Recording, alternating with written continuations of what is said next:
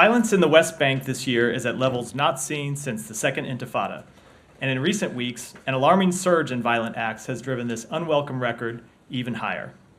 This includes unprecedented levels of violence by Israeli extremist settlers targeting Palestinians and their property, displacing entire communities, as well as violence by Palestinian extremist militants against Israeli civilians.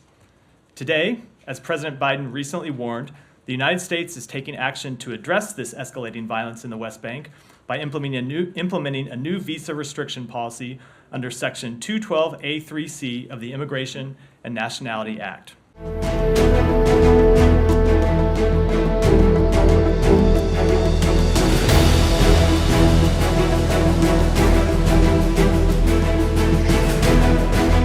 Under this policy, the United States will pursue visa restrictions against individuals involved in or meaningfully contributing to the undermining of peace, security, or stability in the West Bank. This includes acts of violence against persons or property, as well as undue restrictions on civilians' access to essential services and basic necessities.